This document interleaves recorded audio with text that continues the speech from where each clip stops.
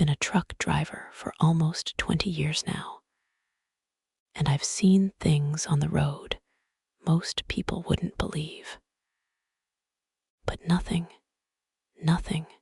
prepared me for what happened that night on Route 666 in New Mexico. They call it the Devil's Highway. Some folks say it's cursed, others say it's just bad luck. But I know the truth because I met her. It was around midnight when the storm hit. I was hauling a load of copper pipes north, trying to make up time after a flat tire earlier that evening. The highway was empty, no headlights behind me, no taillights ahead.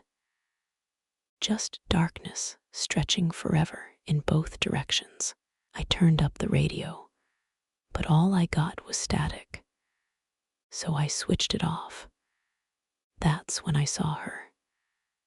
At first, she looked like a trick of the rain, just a shimmer in the headlights.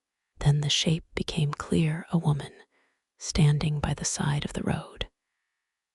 She was wearing a long, white dress that clung to her body in the rain. Barefoot, hair plastered to her face. She didn't move, didn't wave for help, just stood there.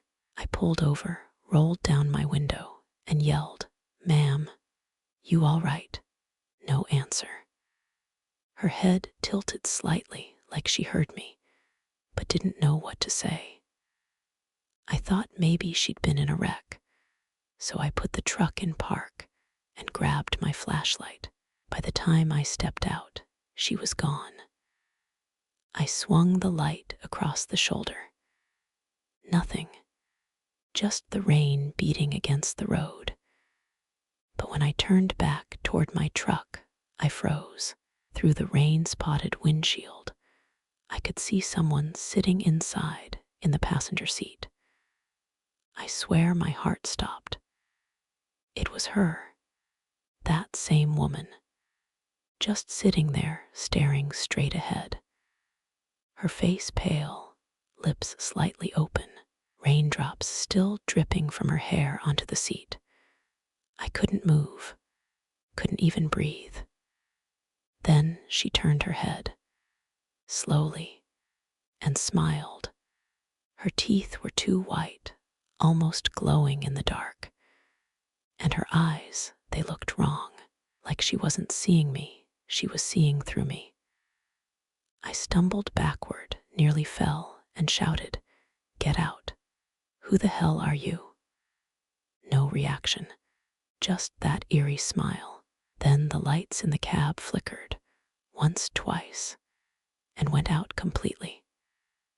When the interior lights came back on, she was gone. Seat empty, door still locked from the inside. I slammed the door, jumped into the driver's side, and took off foot to the floor, truck roaring down the highway. I didn't look in the mirrors. Couldn't. Something deep inside told me not to, but I could feel her, like someone sitting right behind me, breathing softly down my neck. For miles, that feeling stayed.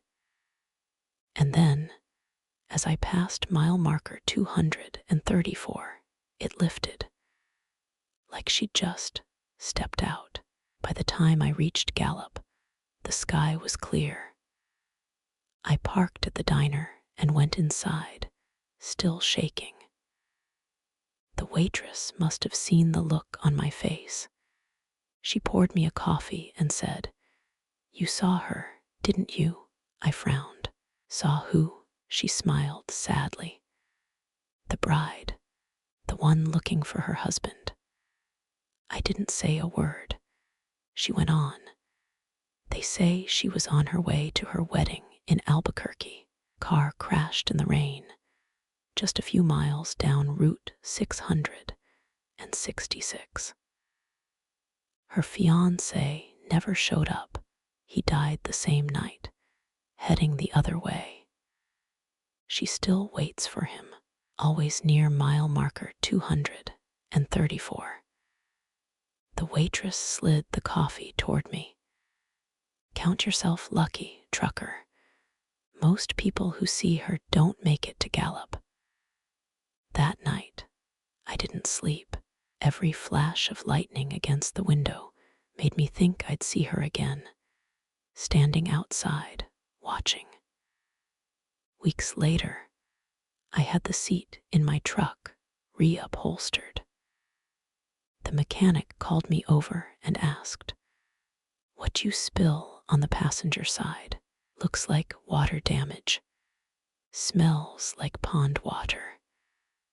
But I hadn't had any passengers, not that night, not ever. I quit long haul routes the next month. Couldn't handle the nights anymore because every time I see rain hit the windshield, I remember her face, that smile.